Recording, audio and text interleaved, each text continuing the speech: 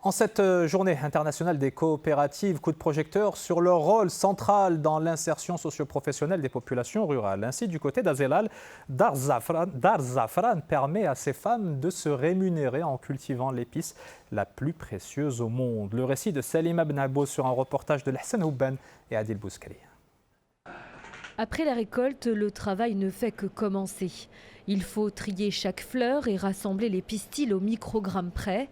Il faut 20 fleurs pour 1 gramme de safran prêt à être consommé. Son prix lui vaut le surnom d'or rouge. C'est l'épice la plus chère au monde. Cela fait 1 an que cette plateforme existe et que le safran y est proposé à la vente. Mais les fleurs sont cultivées en grande quantité dans notre région depuis 2011. Dans la région, la commercialisation du safran et la culture des fleurs permettent aujourd'hui à des familles entières d'en vivre. La Maison du Safran témoigne de l'approche inclusive initiée par l'INDH.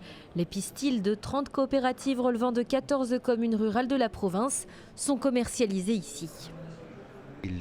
Cette structure a été mise sur pied par l'INDH dans le cadre de sa 3e phase, dont l'objectif est l'inclusion économique des jeunes, la création d'emplois et de richesses, l'amélioration des revenus à travers la valorisation des produits locaux. Du côté d'Ouzoud, petite localité située à une trentaine de kilomètres d'Azilal, un autre exemple qui entend contribuer à relever le défi de l'inclusion économique des femmes par le biais d'une approche intégrée. Dans cet espace, une multitude de produits sont proposés à la vente en rayon, mais aussi en ligne.